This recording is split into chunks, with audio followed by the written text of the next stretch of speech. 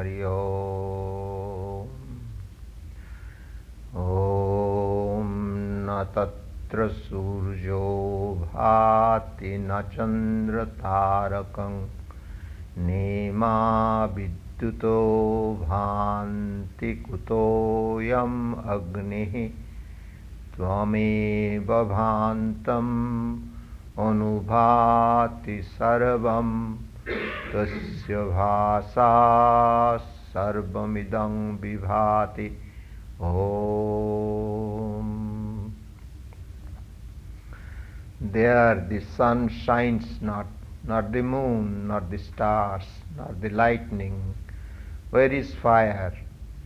Thou shining, every other object shines in this universe.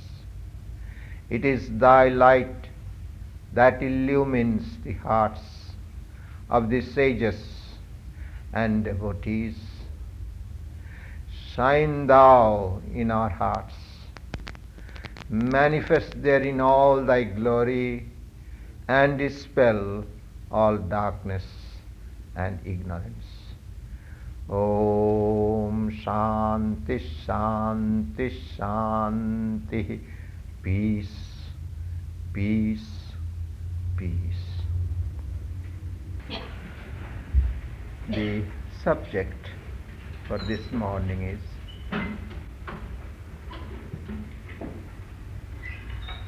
Hound of Heaven.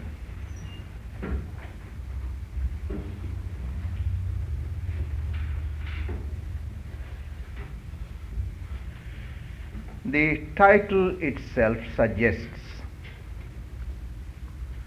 that there is no escape for anybody, a sinner or a saint, from being chased by this hound of heaven until we recognize, I am deliberately using the word recognize, the Brahman or God or heaven that is dwelling within each one of us.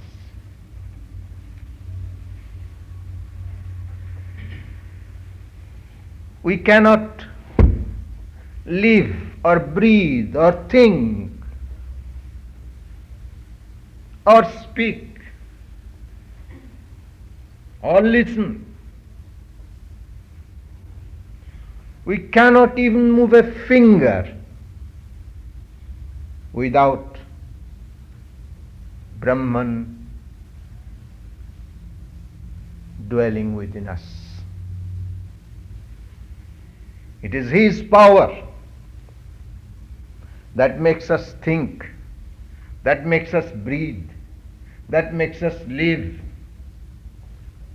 that gives power to the senses, that gives power to the body. There's a beautiful parable in one of the Upanishads. Once gods, not God, gods, devas, won a war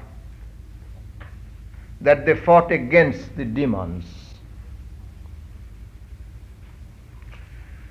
And then they became very proud how they had won the war. Then it was that Brahman appeared to them. They did not recognize what this being, what this spirit was. Then the God of gods, Indra, asked the god of the wind, go and find out who this being is. So he approaches, and then he says, this being says, Who are you? I am the god of wind. What can you do? What power have you? I can blow away the whole earth. Oh, is that so? Then this power gave him a straw and said, blow this. And the god of wind tried with all his might to blow this straw, but he could not do anything. Then he came back to Indra and said, I couldn't recognize what being this is. Then went the god of fire, and this being asked this god of fire, who are you? What are you? What can you do? I can burn everything. He gave him that straw, burn this. And he tried with all his might, but could not touch it. Then he came back saying to the king of gods, we could not recognize, you better go yourself. So he went, and then as he went, this being disappeared.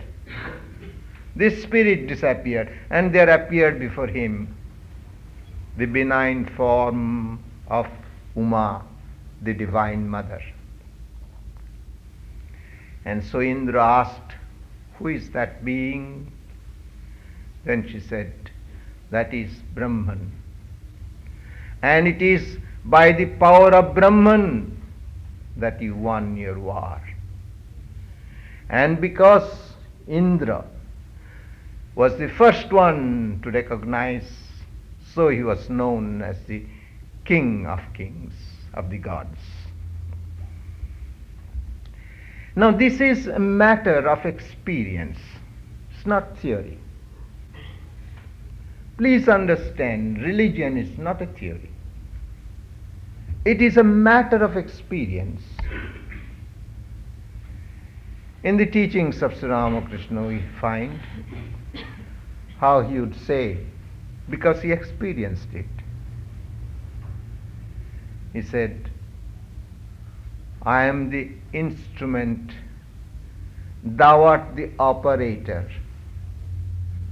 I am the house, thou art the dweller in the house.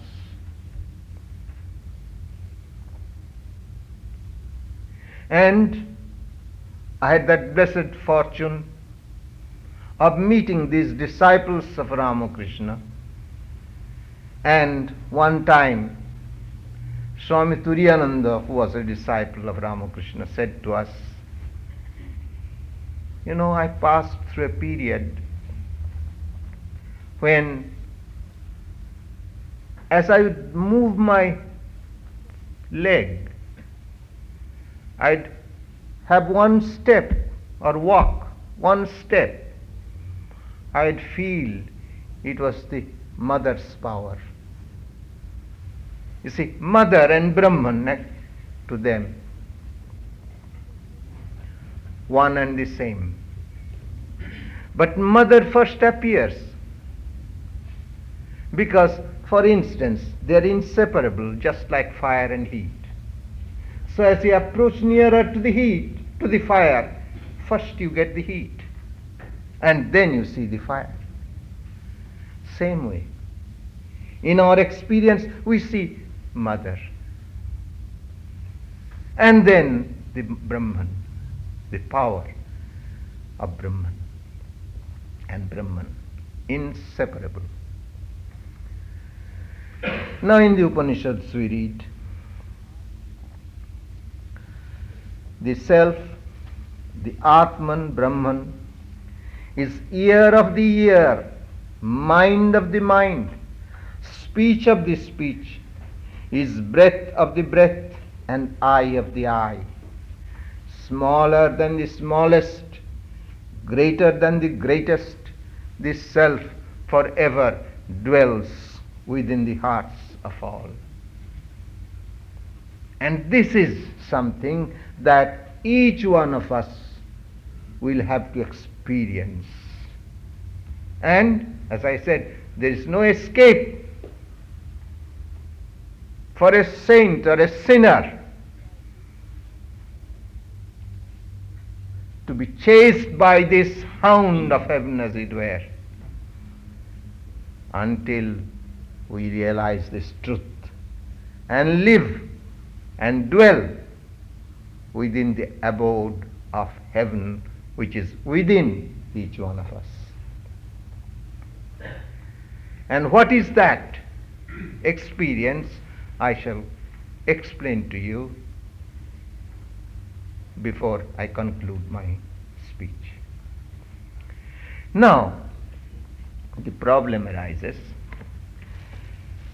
It is very difficult with our intellect and mind to understand how this power of Brahman or Brahman, infinite, can dwell within a little space, in his infinitude, and how that one infinite being can dwell in his infinitude in every being and everywhere. In the minutest atom, there is that presence.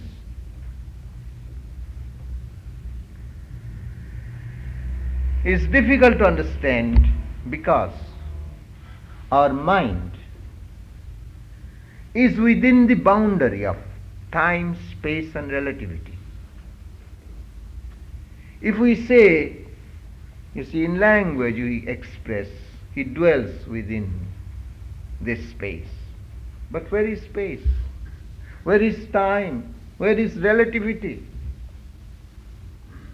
This is all within Maya or ignorance. They have no reality. And the mind cannot think of anything beyond anything that is time, within time, space, or relativity. So that Brahman is something to be realized and experienced by transcending, as it were, our mind. But transcending the mind means, again, by the purification of the mind, by the pure in heart. Now, as I already said, the nature of this Brahman, the nature of this self, is something that is indefinable, inexpressible. To define is to limit. Sri Ramakrishna used often to say, never put a limit to the limitless. That God is this and not that.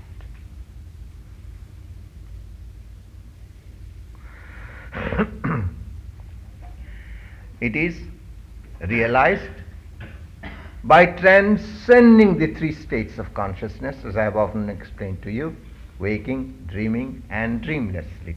Within these three states, we do not realize. In other words, we have to transcend these three states and attain what is known as the fourth, which is known as samadhi.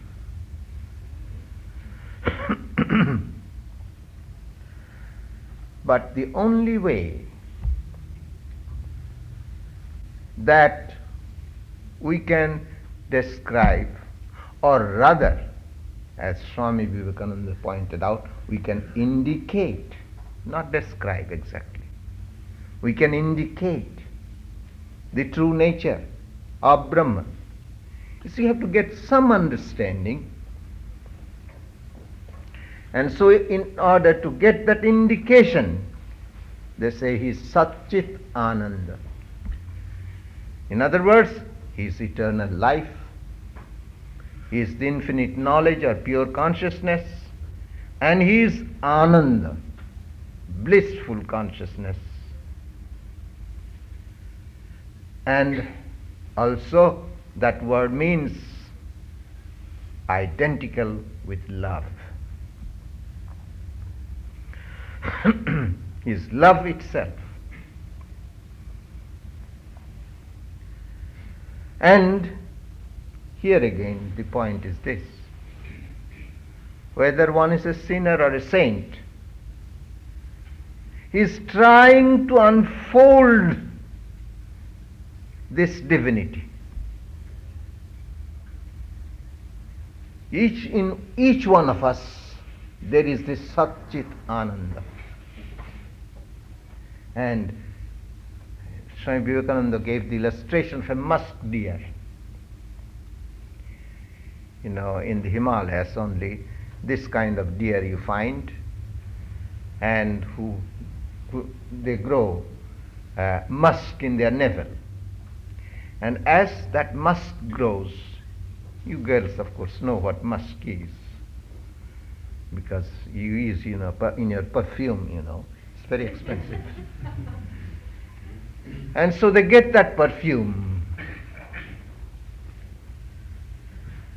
and does not know where from this perfume is coming. So they run here and there and everywhere, and ultimately knocks itself against a rock and dies. And then others gather that musk. But of course it is not so with us. We get that fragrance, and we are trying to reach that fragrance outside of ourselves. We are all seeking life, joy of life. And we think we can get outside by going through the doors of the senses. And we seek love. And we think, give that love outside of ourselves. But the love, as I have often explained to you, its very nature is divine. And until you can direct that love towards God, and to learn to see that God in every being, there is no fulfillment of this love.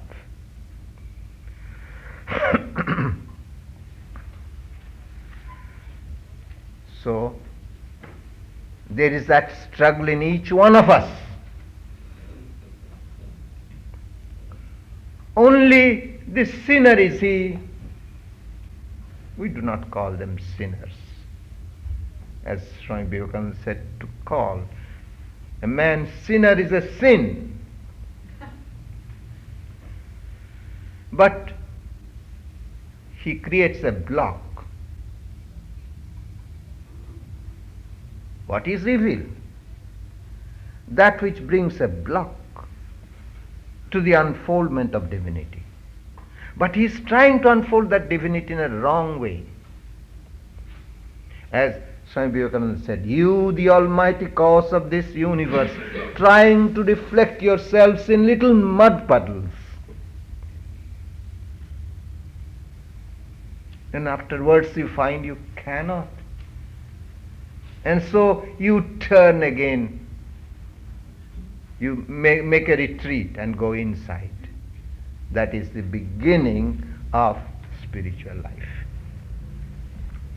Now in this connection, let me read out to you from the Psalms some beautiful passages. O Lord, thou hast searched me and known me. Thou knowest my down-sitting and mine uprising. Thou understandest my thought afar off. When thou compassest my path and my lying down, and are acquainted with all my ways. For there is not a word in my tongue. What a beautiful truth. There is not a word in my tongue, but lo, O Lord, thou knowest it altogether. If we could only know that and feel that. Thou hast beset me behind and before, and laid thine hand upon me. Such knowledge is too wonderful for me. It is high. I cannot attain unto it. Whither shall I go from thy spirit? Or whither shall I flee from thy presence? You see, there is that Hound of Heaven. If I ascend up into heaven, thou art there. If I make my bed in hell, behold, thou art there. If I take the wings of the morning and dwell in the uttermost parts of the sea, even there shall thy hand lead me, and thy rigid hand, thy right hand shall hold me. These are truths to be experienced, to be realized. If I say, surely the darkness shall cover me, even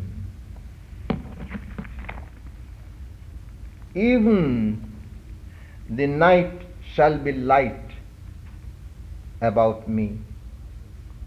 Yea, the darkness hideth not from thee, but the night shineth as the day.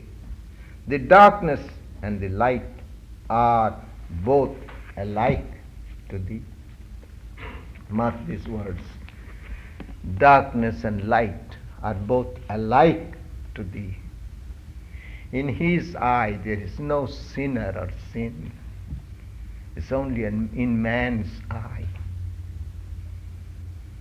My master once said to me, main thing is to love God. And he said, if you receive a glance from the gracious eye of God, that is, if you recognize that, then all so-called sins will be burnt like heaps of cotton with a matchstick.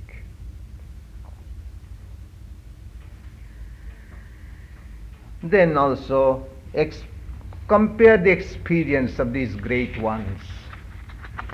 In the Bhagavad Gita it says, Vasudeva Sarvamiti. All that I see or perceive is God, nothing else. And my master, Maharaj, one time told me, you see, I see God playing in so many masks, as a thief, as a wicked person, as a saint. So many masks God is wearing. How can I teach them? How can God teach God? Then he said, I come down from that. Then I see your weaknesses and I try to correct you.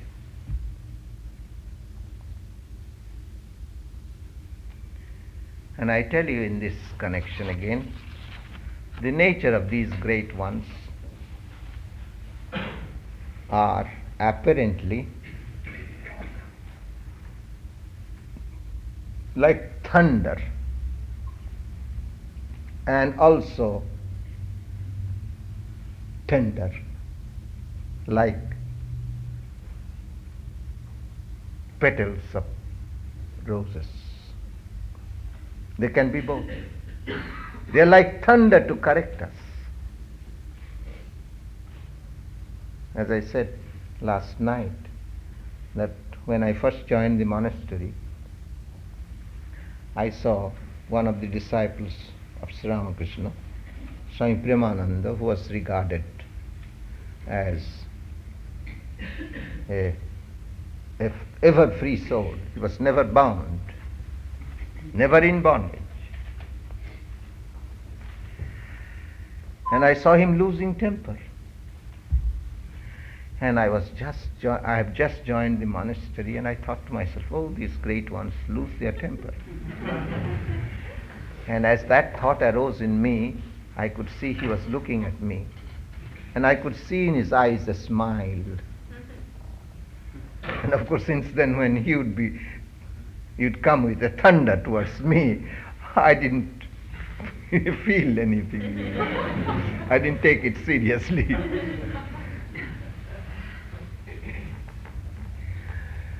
But as I said,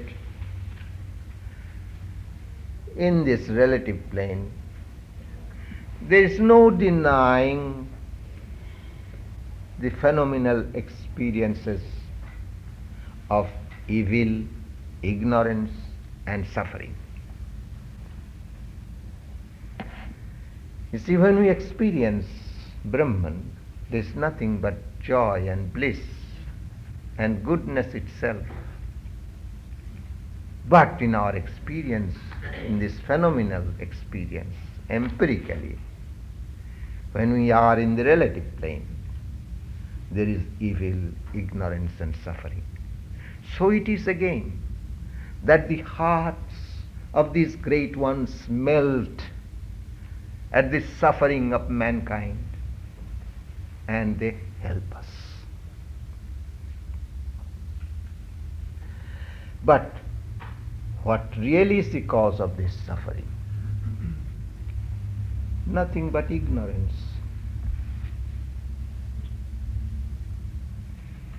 You know, the real nature, as I pointed out, is that divinity.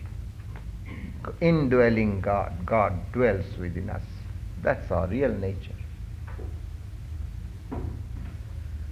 It is He is the mind of the mind, the eye of the eye, the ear of the ear. But then why do I do anything evil and suffer? That is because through this ignorance there has arisen a sense of ego. I am the doer.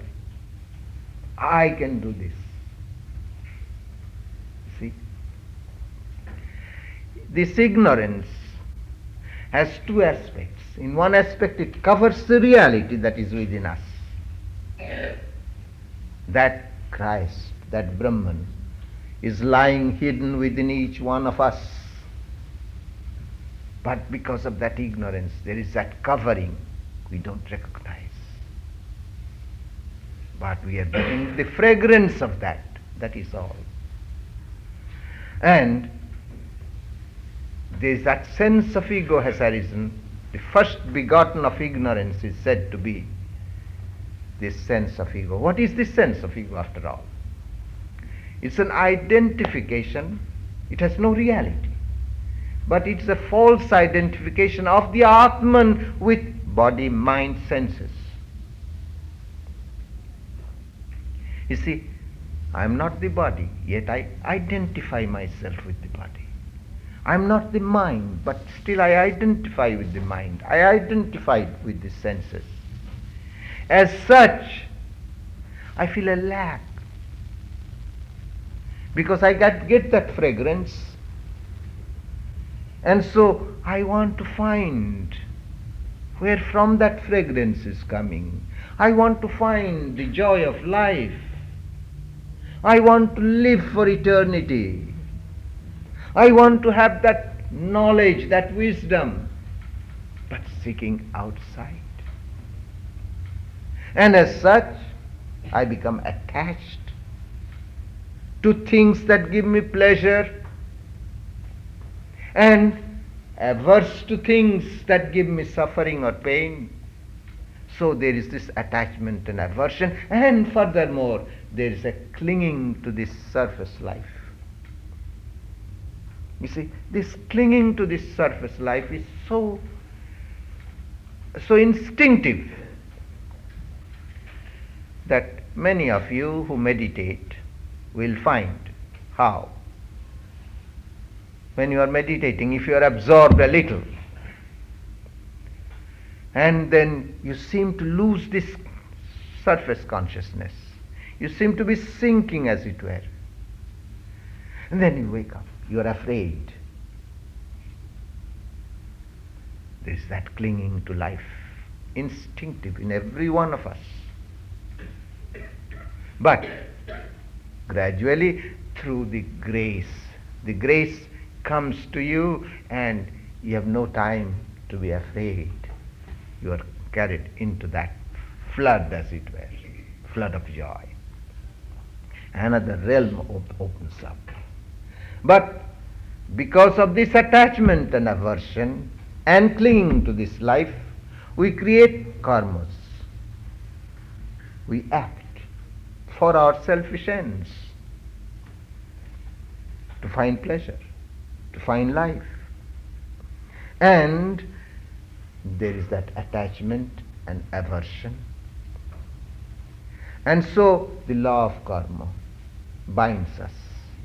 And this law of karma again forces us to reincarnate.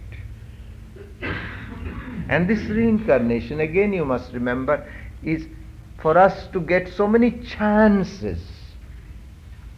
There is that Hound of Heaven. So many chances to realize that truth. This nature is given to us. It has two objects. One is to give us enjoyments, and then afterwards, when we realize that these have no value, then again Mother Nature leads us to freedom, to liberation from all bondages of life.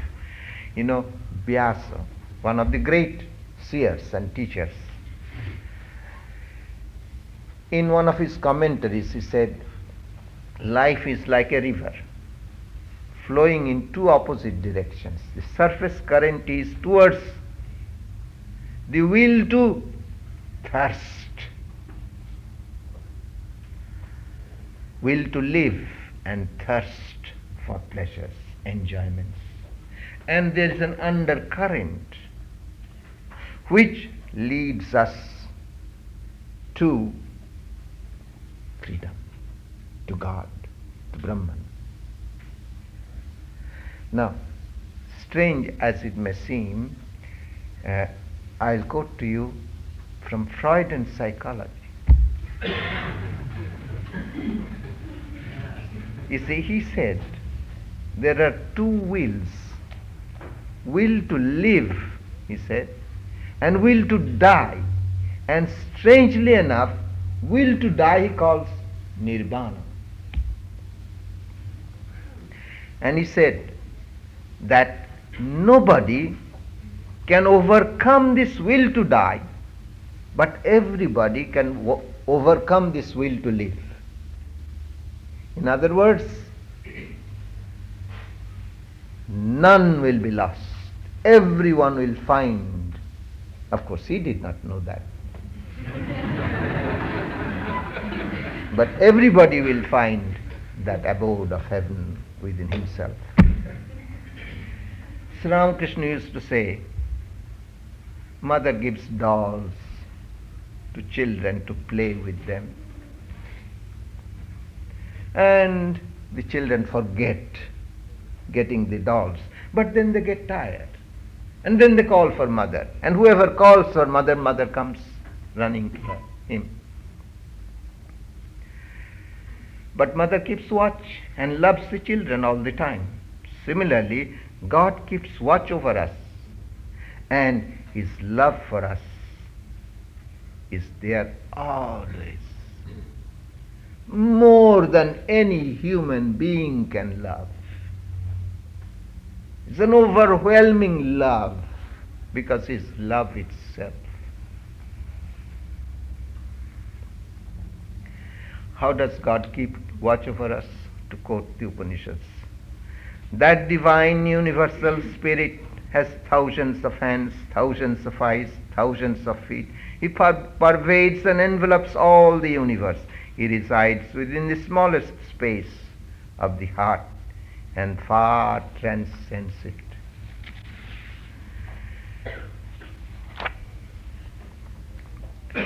Then when we get tired, as I said, tired of playthings and call for mother, in other words, there has to arise what we call mumukshutva, desire for liberation, desire from these bondages of this birth and death, bondages of pleasure and pain. When we consciously, knowingly seek for that eternal amongst the non-eternals of life, when we seek consciously to attain, to realize that highest abiding joy in the midst of the fleeting pleasures of life, then it is that we come to him. Sri Krishna in this connection says, though a man be soiled with the sins of a lifetime, let him but love me, rightly resolved, in utter devotion. I see no sinner, that man is holy. You know, I always forget the name of this fellow. He said, anyway, it can come to me, but I won't waste time. A saint has a past and a sinner has a future.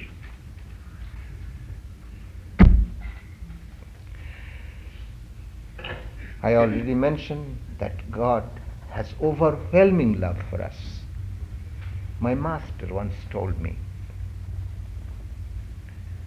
our love is so deep that we do not let you know that we love you.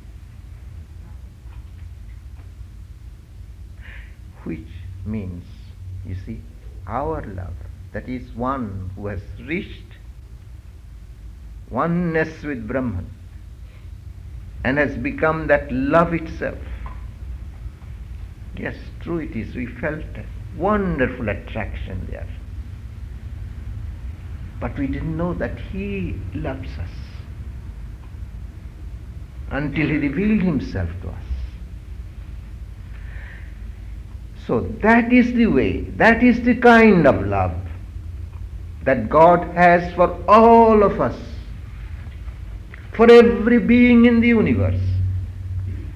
But this love is to be recognized only as we move towards him. My master often said, if you move towards God one step, he will move towards you 100 steps.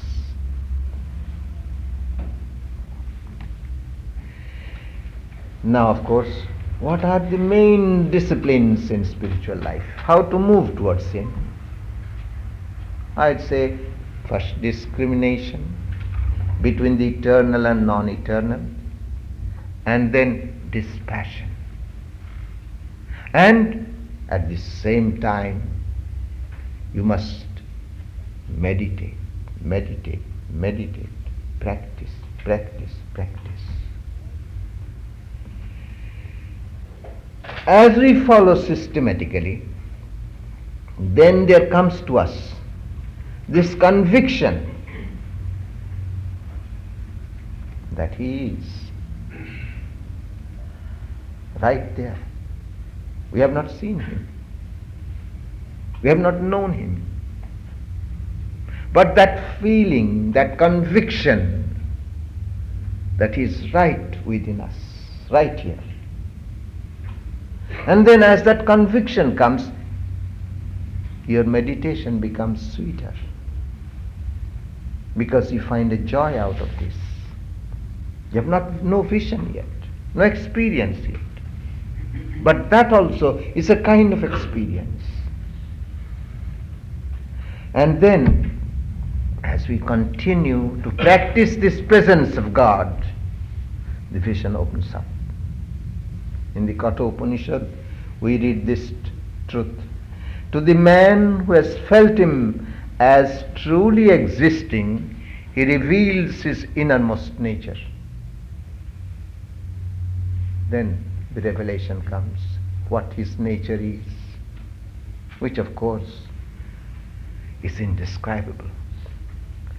And simultaneously, his love becomes known to us. You see, as he reveals his true nature, we feel that love. We know that love. And then it is, you see, we feel this way. What an overwhelming love God has for me. Can I give him even a bit of that love? No. We feel more and more as love grows in our heart that we do not know how to love him. And we pray that we may love him. You see, many people there are who glibly say, I love God all the time.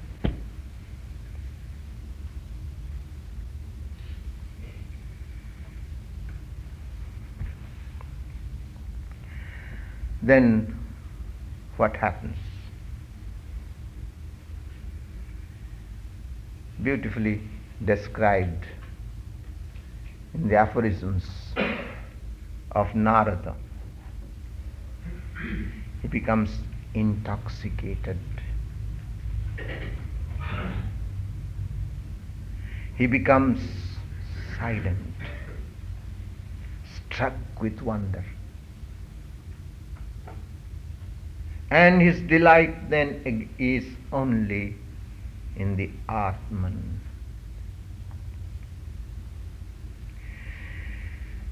In this connection, let me quote to you from Shankara. You see, this intoxication, actually you become intoxicated. Actually you feel like you are drunk. That's the God-drunken lover. And you have no consciousness anymore of this body. And if you walk like a drunkard. And you may fall down. Actually it is so. And then silent you become. What is this silence? In the words of Shankara, the state of silence is a state of entire peace, in which the intellect ceases to occupy itself with the unreal. In this silence, the great soul who knows and is one with Brahman enjoys unmingled bliss forever. No matter what he is doing, walking, standing, sitting, or lying down, the illumined seer, whose delight is the Atman, lives in joy and freedom. Now again in Shankara we read. Now of course, Sri Ramakrishna used to go into this samadhi. See, this is description of samadhi, and first ecstasy and then samadhi. And Sri Ramakrishna used to go into that samadhi and be completely silent. And even like a dead man, no breathing. Such silence. Many times a day I have heard from the disciples of Sri Ramakrishna who lived with him. And The description is given by a disciple in the writings, in the teachings of Sri Shankara, the great seer philosopher. The ego has disappeared. This ego is the cause of all bondage. I am the doer, that is the cause of all bondage. I am the instrument, God is the operator. But this experience has to come. The ego has disappeared. I have realized my identity with Brahman, and so all my desires have melted away. There's no more any because there is complete fulfillment in that. I have risen above my ignorance and knowledge of this seeming universe. Is risen above ignorance and knowledge of this seeming universe. Relative knowledge. What is this joy that I feel? Who shall measure it? I know nothing but joy, limitless and unbounded. The ocean of Brahman is full of nectar, the joy of the Atman. The treasure I have found there cannot be described in words. The mind cannot conceive of it. My mind fell like a hailstone into this vast expanse of Brahman's ocean. Touching one drop of it, I melted away and became one with Brahman. And now, though I return to human consciousness, I abide in the joy of the Atman.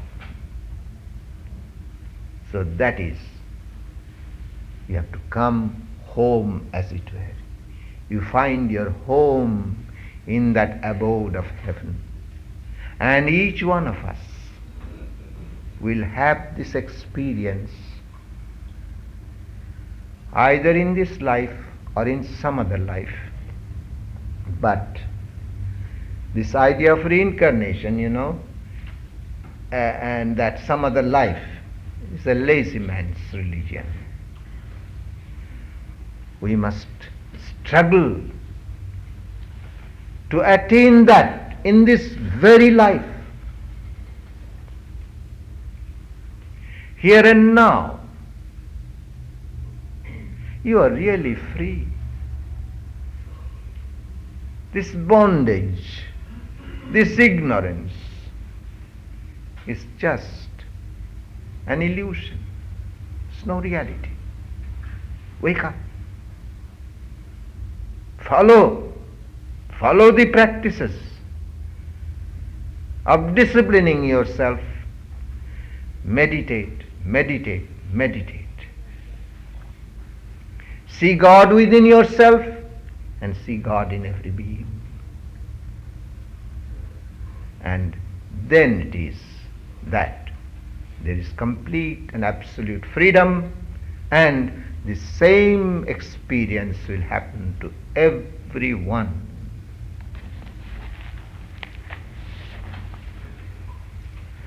Om Hari Om.